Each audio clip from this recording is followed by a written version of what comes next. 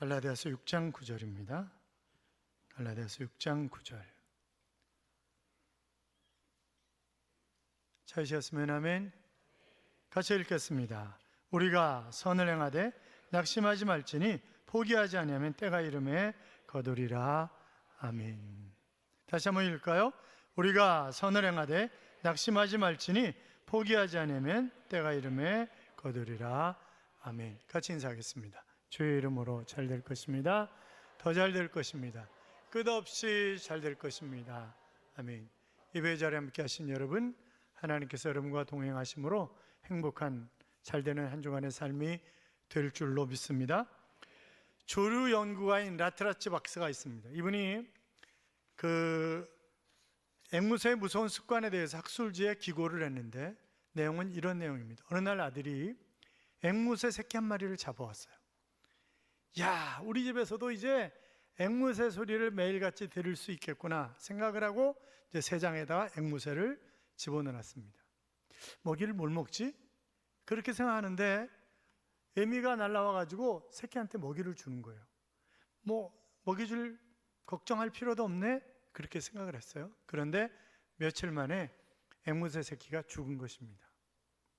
왜 죽었을까? 사인을 조사해 보니까 새장이 갇혀가지고 날지도 못하고 평생 그렇게 사느니 차라리 죽는 게 낫겠다라고 생각을 하고 애미가 독 묻은 그런 음식을 계속 날라다 준 것입니다.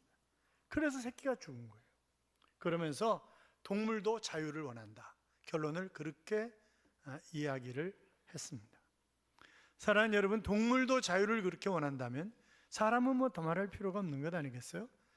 많은 예수 믿는 사람들이 내 멋대로 신앙생활 했으면 좋겠다, 그게 자유로운 거 아닌가, 이렇게 생각을 하는 사람들이 있습니다. 그래서 하나님의 말씀을 배제하고 꼭 예배의 성공자로 살아가야 되느냐, 꼭 봉사하고 헌신해야 되느냐, 그렇게 생각하지만, 그러나 예수쟁이의 행복은 바로 하나님 안에서 살아갈 때가 행복한 것이지, 그렇잖아요?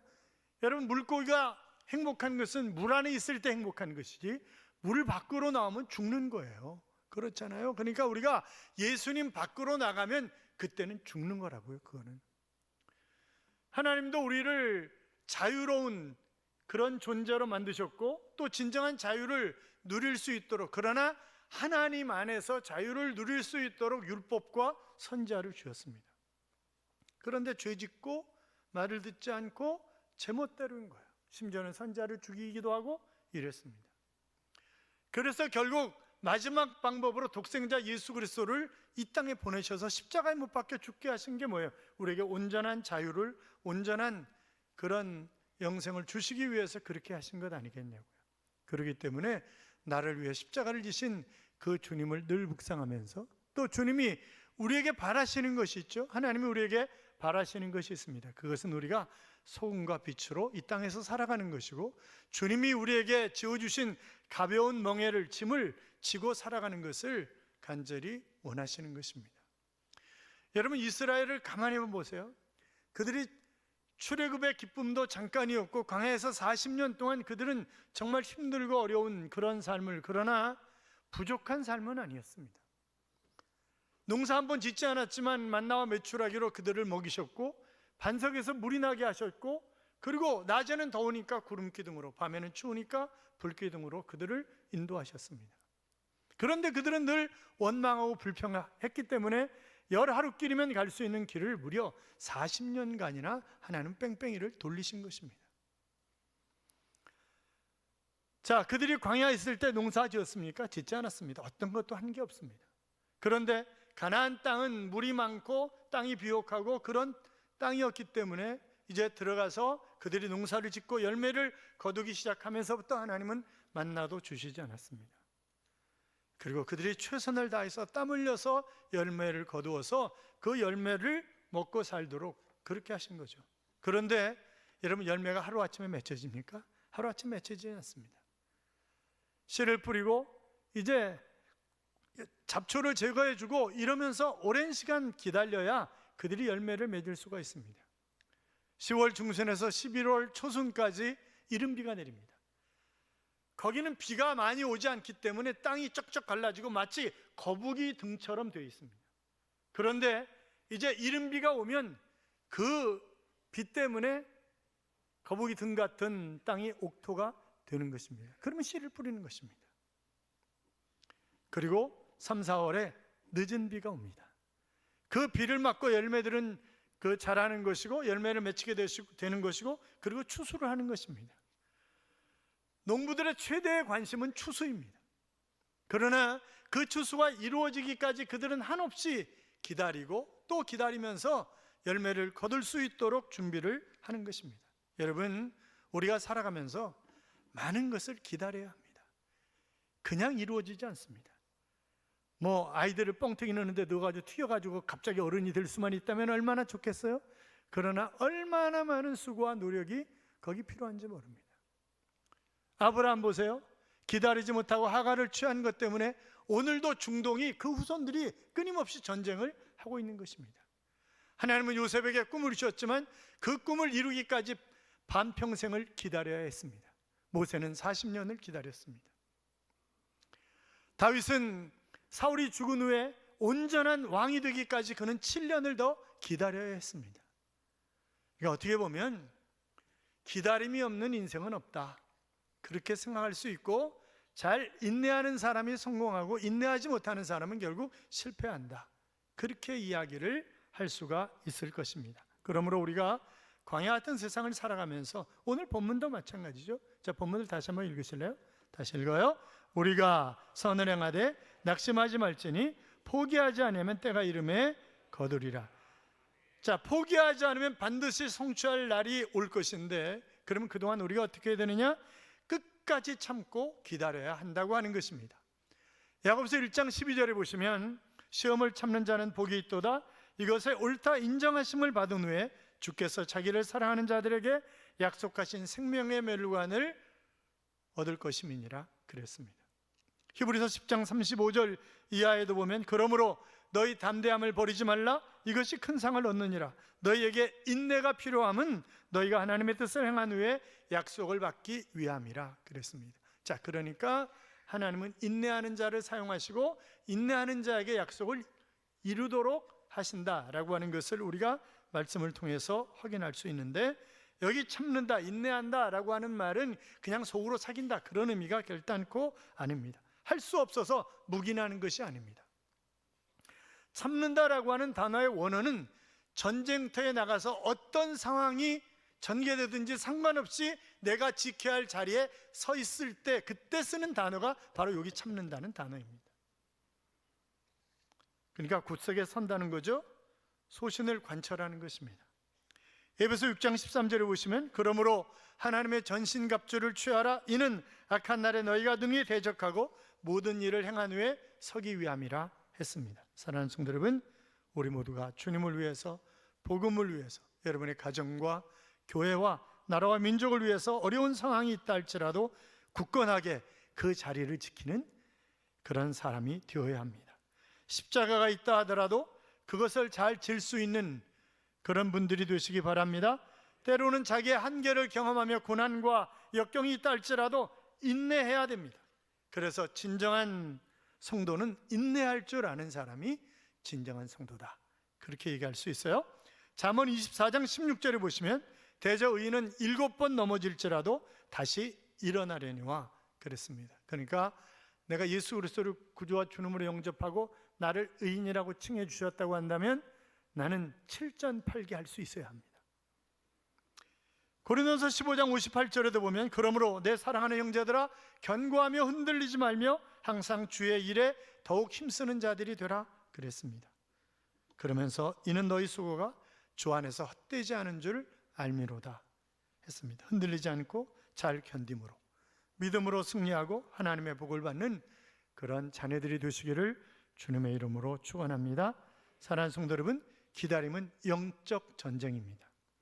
마귀는 내가 패하기를 원하고 나를 실망시키고 싶어하는 것이 마귀입니다. 그래서 성경은 영적 전투 태세를 갖추라고 말씀하시면서 끝까지 견디는 자가 승리한다고 했습니다.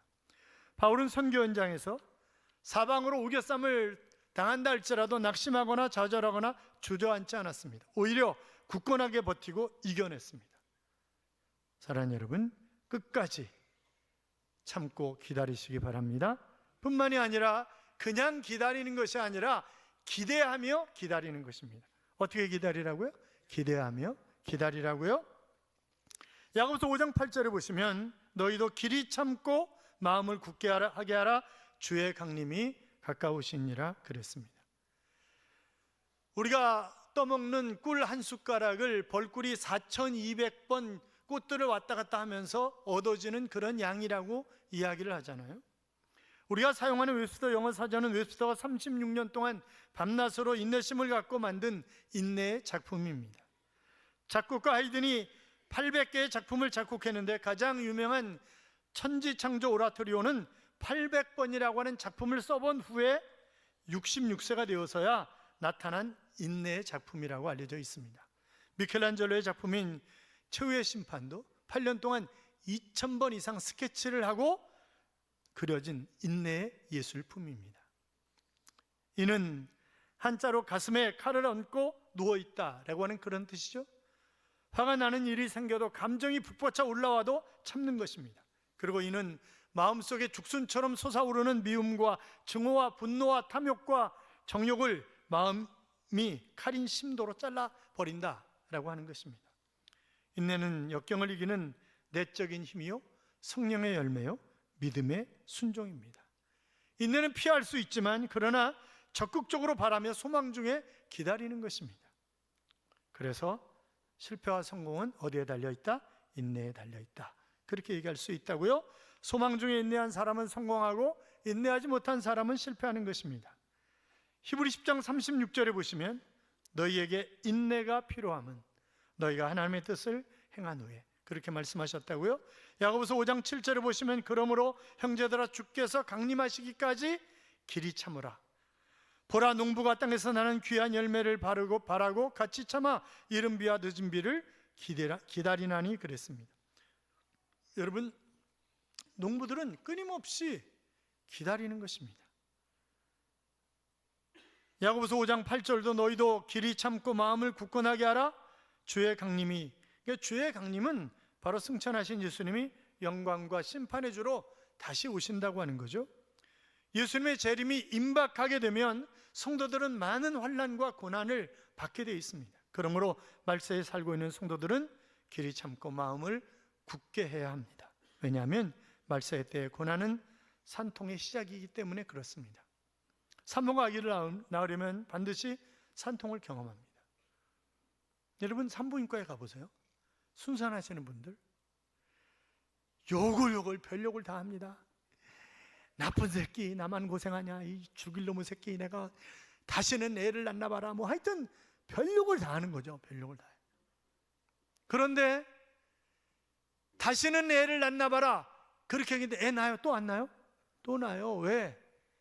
아이에 대한 기대감 때문에, 아이에 대한 소망 때문에 또다시 잊어버리고 아이를 낳는 것입니다.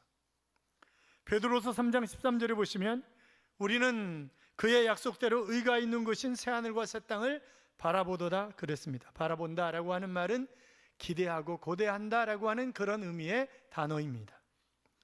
따라서 성도의 기대와 소망은 단순히 구원받는 것으로 만족하는 것이 아니라 내가 영원히 가서 살 새하늘과 새 땅을 기대하는 것입니다. 요한계시록 21장 1절에 보시면 또 내가 새하늘과 새 땅을 보니 처음 하늘과 처음 땅이 없어졌고 바다도 다시 있지 않더라 그랬습니다. 여러분 처음 하늘과 처음 땅, 에덴 동산을 기억하시잖아요. 너무나 아름답고 하나님도 탄성을 지를 만큼 너무나 아름다운 것이 바로 에덴 동산이었습니다. 그런데 마귀의 시험에 그것이 노출되어 있었다고요. 그래서 아담과 하와가 마귀의 유혹을 받아서 결국 선악과를 따먹고 에덴 동산에서 쫓겨나잖아요. 인간만 쫓겨난 게 아니에요. 그 이후에 땅도 가시와 엉겅퀴를 내었다고 그렇게 기록하고 있습니다. 인간은 저주받은 땅에서 평생 땀 흘려 수고하며 일해야만 먹고 살 수 있고 그리고 죽으면 흙으로 돌아가게 된 것입니다. 이런 저주받은 땅이 새하늘과 새 땅으로 회복이 되는데 그것이 리모델링하는 게 아니에요. 질적으로 완전히 새로운 창조입니다. 우리는 이 새하늘과 새 땅을 소망 중에 길이 참고 바라보아야 합니다. 순간적인 것들에 보여지는 것에 목숨을 걸어서는 안 된다고요? 우리는 보이는 것들에 너무 많은 에너지를 쏟습니다. 그래서 리차드 칼슨은 오죽하면 사소한 것에 목숨을 걸지 말라라고 하는 그런 책을 썼겠어요? 그렇잖아요? 사소한 것에 목숨 걸지 말고 영원한 것에 목숨을 거시기 바랍니다. 왜냐하면 보이는 것은 잠깐이요, 보이지 않는 것은 영원하기 때문에 그렇습니다. 우리는 현실에 대해서 많은 이야기를 합니다. 정치적인 이야기, 세상 돌아가는 이야기, 이런저런 이야기를 할 수 있지만, 그러나 한 걸음 더 나아가 다가오는 영광스러운 새하늘과 새 땅에 관한, 주님의 재림에 관한 그런 소망을 가지고 우리는 이야기를 해야 하는 것입니다. 그러므로 이번 명절이, 고향으로 벌써 가신 분들도 계시지만 고향으로 가면 그나마 다행이죠. 인천공항이 매 터진다고 얘기를 하잖아요. 다 놀러 가는 거예요. 옛날에는 콘도 이런 데서 제사상 차려놓고 거기서 같이 제사를 요새는 그거 안 한다는 거예요. 그 돈으로 그냥 놀고 먹는 게 훨씬 낫다는 거죠. 그래가지고 그냥 부모님 모시고 놀러 가면은 또 얼마나 좋아요? 안 모시고 가요. 그런데 모시고 가서 또 두고 오는 사람들도 있잖아요. 그러니까 도무지 믿을 수가 없는 그런 세상인데, 사랑하는 여러분, 우리가 주님의 재림에 대한 소망을 뿐만이 아니라 한 걸음 더 나가서 주님이 우리에게 주신 사명을 열심히 잘 감당해야 하는 것입니다. 인간은 사명의 존재입니다. 성경에 보면 두 사람이 맷돌을 갈다가 한 사람은 들림을 받고 한 사람은 그냥 남는다 그랬습니다. 두 사람이 밭을 매다가 한 사람은 들림을 받고 한 사람은 그냥 남는다고 했습니다. 주와 복음을 위해서 하나님께서 맡겨주신 그런 사명을 충성스럽게 감당하는 사람은 들림을 받는 것이고, 자기의 육체를 위해서 사는 사람은 그냥 버리움을 받는 것입니다. 초대교회 성도들에게는 헤아릴 수 없는 시련과 환란이 있었습니다. 그들은 다 빼앗겼기 때문에 가난했습니다. 그들은 촉은 목피로 목숨을 이어갔습니다. 그런 와중에서도 하나님의 나라에 소망이 있기 때문에 끝까지 믿음의 순결을 지키는 것입니다. 예수님을 믿는다는 단 한 가지 이유 때문에 고난과 핍박과 학대와 죽임을 당했지만, 그러나 비록 순교당한다 할지라도 끝까지 참고 묵묵히 감당하는 거예요. 세상과 타협하면 얼마든지 편안하고 안락한 생활을 할 수 있었지만, 그러나 타협하거나 굴하지 않는 것입니다. 이들의 믿음을 꺾지 못했습니다. 그래서 세상이 감당할 수 없는 그런 사람들이라고 히브리서 11장은 기록하고 있는 것도 볼 수 있습니다. 믿음의 선배들은 일제의 참혹과 낙정에서 미래의 희망이 보이지 않았지만, 그러나 와중에도 다시 오실 예수님을 바라보면서 평양의 숭실학교와 평양신학교를 세워서 참혹한 역경을 디디고 평양을 중심으로 제2의 예루살렘이라 일컫는 부흥의 역사를 이룬 것입니다. 프랑스의 대문호인 에밀 졸라는 진실은 묻혀버리지 않는다, 진실은 지하에 묻히면 그 지하에서 다시 자라난다, 마침내 자라난 진실은 무서운 폭발력을 갖는다 하는 그런 이야기를 했습니다. 거짓된 믿음은 실현 앞에 시들시들 메말라가지만, 그러나 진실한 믿음은 끝까지 버텨내는 것입니다. 살아있는 물고기가 마치 물을 헤치고 상으로 올라가는 것처럼, 그러면 죽은 물고기는 어떻게 해요? 다 떠내려가잖아요. 그냥 우리가 어떤 역경과 시련 속에서도 소망 중에 길이 참고 굳게 서 믿음으로 승리하는 하나님의 자녀들이 되시기를 주님의 이름으로 축원합니다. 사도 바울 보세요. 다메섹 도상에서 부활하신 주님을 만난 후에 그의 삶은 정말 파란만장한 그런 삶이었습니다. 그를 죽이기 전까지는 내가 음식을 먹지 않겠다 그렇게 말한 유대인들이 40명입니다. 만약 사도 바울이 자기의 꿈인 당시 세계의 수도였던 로마에 선교하기 위해서 떠났다고 한다면 언제 어디서 유대인들에게 죽었을런지 모릅니다. 그러나 그는 끝까지 하나님의 때를 기다렸더니 하나님이 보디가드를 세우시고 공짜로 로마에 입성하게 하시는 그런 장면을 우리가 알 수 있잖아요. 다윗 보세요. 인생의 절대절명에서도 하나님의 도우심과 은총을 기대했습니다. 시편 27편 13절 이하에 보면, 내가 산자들의 땅에서 여호와의 선하심을 보게 될 줄 확실히 믿었도다. 너는 여호와를 기다릴지어다. 강하고 담대하며 여호와를 기다릴지어다 그랬습니다. 기다린다라고 하는 단어는 기대를 갈망한다라고 하는 그런 단어입니다. 그러니까 확실하게 이루어진다고 하는 확신을 가지고 기다리라고 하는 그런 말입니다. 내가 사는 한평생에 주님의 은총이 임할 것을 기대하시기 바랍니다. 하나님을 기대하며 사는 자를 하나님은 결단코 실망시키지 아니하시는 그런 하나님이십니다.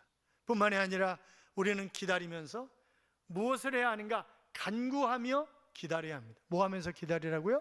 간구하며. 기도의 적극적인 단어가 간구입니다. 계속 간청한다는 것입니다. 우리가 낙심하지 아니하고 지치지 않는 비결은 계속 기도하는 것입니다. 엎드려 간구하는 사람은 결코 낙심하거나 탈진하지 않습니다. 우리의 문제는 기도하기를 너무 빨리 멈춘다고 하는 것입니다. 그리고 스스로 인스턴트 응답을 기다립니다. 그래서 쉽게 실망하고 좌절하는 것입니다. 성공자들의 공통점은 쉬지 않고 계속 기도한 사람들이었습니다. 다른 것은 쉬어도 기도는 쉬지 않기를 바랍니다. 운동은 쉰다 할지라도, 체중 조절은 포기해도 기도는 포기하지 마십시오. 주전 852년경에 남쪽 유다 제4대 왕인 여호사밧 왕 시대의 모압과 암몬 연합군이 남쪽 유다를 쳐들어오게 됩니다. 역대하 1장 1절에 보면 막 대군이 쳐들어오니까 군인들이 놀라가지고 왕에게 가서 보고를 하는 거예요. 그래서 역대하 20장 2절 3절에 보면 어떤 사람이 와서 여호사밧에게 전하여 이르되 큰 무리가 바다 저쪽 아람에서 왕을 치러 오는데 이제 하다손다말 곧 엔게디에 있나이다 하니 여호사밧이 두려워하여 그랬습니다. 뭐 엄청난 군대가 몰려오니까 인간적으로 두려운 거죠. 그래서 두려워하여 그랬어요. 과연 우리의 힘으로 저들을 어떻게 맞설 수 있을까? 여러분, 우리도 마찬가지로 감당하기 어려운 그런 시련이 다가올 때가 종종 있습니다. 잘 되던 사업이 무너지고 가정의 파탄이 일어나기도 하고 악한 무리가 공격해 오기도 하고 세상 의학이 치료할 수 없는 그런 불치병에 걸릴 수도 있습니다.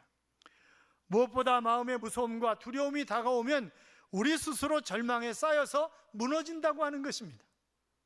바로 이때가 우리는 주님을 바라보고 주님께 간구해야 하는 그런 때입니다. 주님께 부르짖어 기도해야 합니다. 하나님께서 우리에게 기도라고 하는 위대한 무기를 주셨습니다. 절망의 때 주님께 간구하고 부르짖으면 기적은 일어나는 것입니다. 그래서 역대하 20장 3절에 여호와께로 낯을 향하여 간구하고 온 백성에게 금식하라 공포하며 그랬습니다.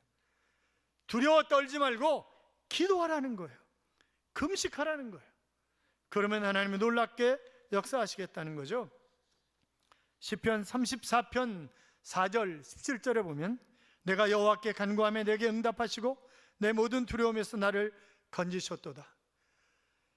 의인이 부르짖음에 여호와께서 들으시고 그들의 모든 환난에서 건지셨도다 했습니다. 모든 환난에서 건지셨도다. 할렐루야. 절망의 때 주님께 간절히 부르짖어 기도하는, 그래서 응답받는, 문제가 해결되는 그런 삶을 살아가시기를 주님의 이름으로 축원합니다. 그런데 기도도 중요하지만 더 중요한 건 뭐예요? 기도한 대로 실천하면서 사는 것입니다. 어느 동네 예수 믿는 부자가 있었습니다. 그런데 늘 새벽마다 나와서 기도하는 거예요. 하나님, 가난한 사람들, 장애인들, 불쌍한 사람들, 그 사람들이 잘 먹고 살 수 있도록 해주세요. 그러는 거예요. 금요일 저녁이면 금요기도에 와가지고 눈물을 흘며 하나님 다시 한번 간구합니다. 불쌍한 자들을 긍휼히 여겨주십시오. 울면서. 그러니까 어느 날 아들이 기도 끝나기를 기다렸다가 아빠 금고 열쇠 좀 주세요. 그래서 아니 평상시에 그런 말을 한 적이 없는 그런 아들인데, 그래서 의아한 눈빛으로 아들을 딱 째려보니까 아들이 하는 말이 아빠의 기도가 어떻게 응답되는가를 보여주려고 제가 열쇠를 달라는 겁니다. 그렇게 얘기를 하는 거죠. 그랬더니 야 임마, 기도 성취는 하나님이 하시는 일이야. 그렇게 아버지가 얘기를 하는 거예요. 그랬더니 아들이 얼른 기다렸다는 듯이 금고를 열어놓고 빈민과 거린을 구제하면서 그런 기도를 하세요 아버지. 그렇게 얘기를 하더라는 거죠. 여러분, 우리가 예수를 구주와 주님으로 영접해서 구원의 확신이 있음에도 불구하고 그러나 우리의 행위가 정말 하나님의 자녀다운 행위를 하고 있는가라고 하는 것은 우리 자신에게 물어봐야 합니다. 그렇잖아요. 사랑하는 여러분, 열심히 선한 일을 합시다. 아름다운 씨를 뿌리자고요. 나의 그 아름다운 비전과 꿈을 이룰 때가 반드시 있는 것입니다. 하나님을 끝까지 믿는 것입니다. 그리고 침착하게 믿고 기다립니다.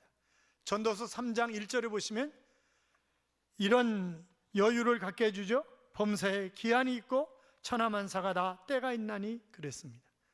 하나님은 결코 서두르시지 않습니다. 그러나 늦지도 않으십니다. 그분의 시간은 완전합니다. 주님은 가장 완전한 때 최상으로 우리에게 응답하시는 줄로 믿습니다. 그러므로 우리는 계속해서 믿고 기다리는 것입니다. 믿음으로 끝까지 버티며 오히려 기대하고 더욱 간구하며 기다리는 것입니다. 주님께서 가장 적합한 때에 최상의 응답으로 복을 주실 줄로 믿습니다. 그 주인공들이 되시기를 주님의 이름으로 축원합니다. 제가 기도하고 고민 많이 하고 미안한 마음을 가지고 어렵게 말씀을 드립니다. 너무 감사하지만 그러나 제가 은퇴한 후에 이루어지는 결혼이라든지 모든 일정은 표 목사님과 의논해서 처리를 하십시오. 제가 은퇴하면 교회는 하루빨리 표 목사님 체제로 전환이 되어야 합니다. 저도 제가 사랑하는 사람들의 곁을 왜 빨리 떠나고 싶고 보고 싶은 사람들을 자주 와서 보고 싶지 않겠어요? 그러나 제 스스로 그것을 거절하는 것입니다. 그리고 아픈 마음을 갖고 그냥 살아갈 거예요. 그러니까 모든 부분들은 표 목사님하고 의논을 하세요. 그리고 오해하지 말고 들으세요. 임직자들은 임직 감사헌금을 하세요. 제가 평강교회 있을 때 얘기했잖아요. 그때 장로가 1억이었습니다.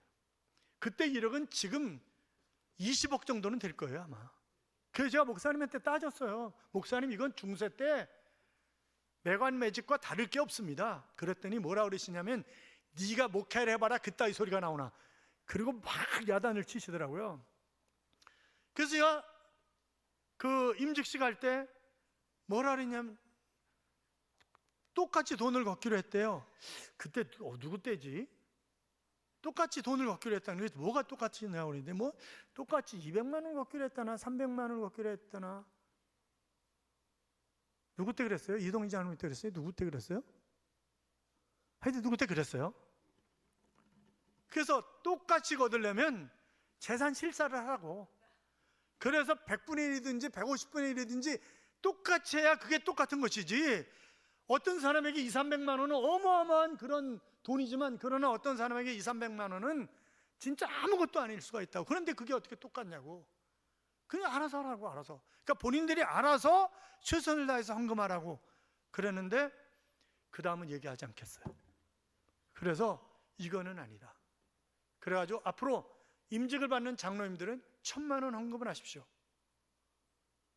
1,000만 원 이상을 하십시오. 안수 입사님들은 500만 원 이상, 권사님들은 300만 원 이상을 하십시오. 그랬어요? 그 이상 한 사람은 아무도 없어요. 그런데 이제 남편은 장로 임직을 받고 부인은 권사 임직을 받잖아요. 그러면 많은 것만 내는 거예요. 그러니까 장로 임직 받는 거 1,000만 원만 내는 거예요. 권사는 안 내고. 그러니까 같이 받는 게 좋은 거지. 부부가 같이 받는 게 좋지. 따로 받으면 2번 내야 되는 거예요. 따로 받으면. 그리고 또 제가 착하잖아요. 그래가지고 받은 돈에서도 10분의 1씩 돌려줘. 오테이블하고 돌려드려요? 돌려드립니다. 그런데 내가 돈이 없을 수 있어요. 또 돈을 걷는 것이 옛날에 저처럼 부당하다 이렇게 생각할 수 있어요. 제가 8,300교회 총회장을 했어요. 그리고 계속적으로 총회 때문에 끊임없이 끌려다녀요. 얼마나 많은 이야기를 들었겠어요. 요새 돈을 걷지 않는 교회들이 있어요. 그리고 너무너무 후회를 하는 거예요. 그 교회 장로님들이 저한테 와서 얘기하는 거예요. 여러 교회 장로님들이 와가지고 목사님 이거는 아닙니다. 돈을 안 내고 임직을 받은 인간들이 교회가 일을 해야 되는데 돈을 안 냅니다. 돈을 안 내봤기 때문에 돈을 안 됩니다. 그래서 교인들이 시험에 듭니다. 이런 얘기를 너무 많이 하는 거예요. 그러니까 고 목사님이 뭐라 그러셨냐면 1억 내면 교회가 일을 하는데 1억 내서 일할 거가 없다 그러기 때문에 뭐 많아야 몇백만 원씩 내는 건데 아무렇지도 않게 1억을 내봤기 때문에 아무렇지도 않게 낸다는 거예요. 그런데 그렇지 않으면 안 낸다는 거지 이게. 그러니까 내세요. 아셨죠? 내세요. 그런데 내가 진짜 힘들어. 그리고 부당한 것 같아. 그럼 안 하면 돼. 굳이 하려고 해. 꼭 장로가 돼야 되고 꼭 안수집사가 되고 꼭 권사가 돼야 되는 건 아니잖아요. 그러니까 굳이 할 필요 없어. 그러면 나이 들 때까지 기다려. 명예 장로, 명예 권사 해드릴 테니. 그럼 표 목사님 알아서 할 거지. 그러니까 굳이 그거 할 필요 없어요. 그리고 한 번에 안해서 다음번에, 그러니까 요번에 정말 못 받으면 다음번에 받아. 그럼 그때 투표는 안 해, 그 사람은. 표 목사님, 네, 그렇게 하기로 했어요. 그러니까 그렇게 하면 다음번에 하면 돼. 그런데 한 번 넘어가면은 그거는 안수집사나 장로가 될 자격이 없는 거야, 기본적으로. 그렇기 때문에 한 번으로 끝이야. 그건 한 번 더 연계해주는 걸로 끝이야. 그게 맞는 거 아니에요? 제 말이 틀렸어요? 그냥 돈 얘기만 하면 얼굴이 까매져. 그 다음에 지금 이제 문제가 되는 것 중에 하나가 뭐냐면 요새 한복을 잘 안 입어요. 그러니까 임직자들이 한복을 입기가 좀 곤란해. 여자분들 어떻게 생각하세요? 한복 입어요 그냥? 한복을 안 입어 요새. 그러니까 뭐 한복 결혼식 할 때도 한복 빌려 입어. 그런데 한복을 어떻게 맞추겠어 이거? 안 되는 거예요. 그러니까 여자분들은 그냥 하얀 브라우스에 까만 옷을 입어. 여자분들은. 아셨죠? 그리고 남자분들은 돈 준 것을 가지고 진한 곤색 양복을 해 입어. 아셨죠? 왜냐면 그건 진한 곤색은 장례식 때도 입을 수 있고 다 입을 수 있잖아요. 그렇게 하면 되죠? 대부분 임직받는 분들이 아닌데 쓸데없는 얘기를 했어요.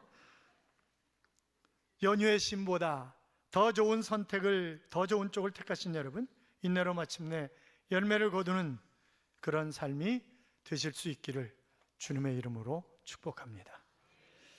이런 찬양이 있어요. 내일 일은 난 몰라요. 하루하루 살아요. 불행이나 요행함도 내 뜻대로 못해요. 험한 이 길 가고 가도 끝은 없고 고뇌요. 주님 예수 팔레미사 내 손잡아 주소서. 내일 일은 난 몰라요. 장래일도 몰라요. 아버지여 날 붙드사 평탄한 길 주옵소서. 여러분, 주님이 언제 우리를 부르실지 모릅니다. 그렇잖아요? 그러니까 그냥 할 수 있을 때 최선을 다해서 선한 일을 행하는 거예요. 그러면 때가 되면 풍성한 열매를 거두게 하신다고요. 여러분이 아름답게 선을 행함으로 말미암아 주님께서 풍성한 열매를 거두게 하시는 그런 날을 맞이할 수 있는 하나님의 자녀들이 되시기를 주님의 이름으로 축원합니다. 축원합니다.